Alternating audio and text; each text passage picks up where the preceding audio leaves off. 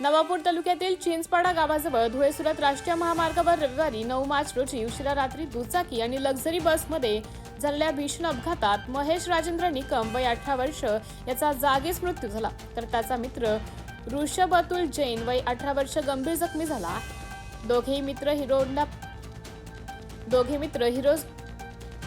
Hero Honda Splendor दुचाकीवरून महालक्ष्मी हॉटेलकडे जात असताना चिंचपाडा स्टेशन फाट्याजवळ शिवान पेट्रोल पंपासमोरून येणाऱ्या श्रीनाथ ट्रॅव्हल्सच्या लक्झरी बसची जोरदार धडक झाली.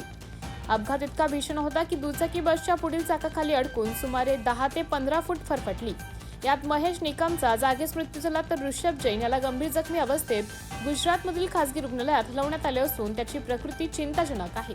अपघातानंतर बस चालक व वाहक घटनास्थळावरून फरार झाल्याची माहिती समोर आली आहे. या प्रकरणी विसरवाडी पोलीस ठाण्यात बस चालकाविरुद्ध गुन्हा दाखल करण्यात आला असून पुढील तपास सुरू आहे. MTV न्यूज साठी तालुका प्रतिनिधी संतोष आखडमल शहादा.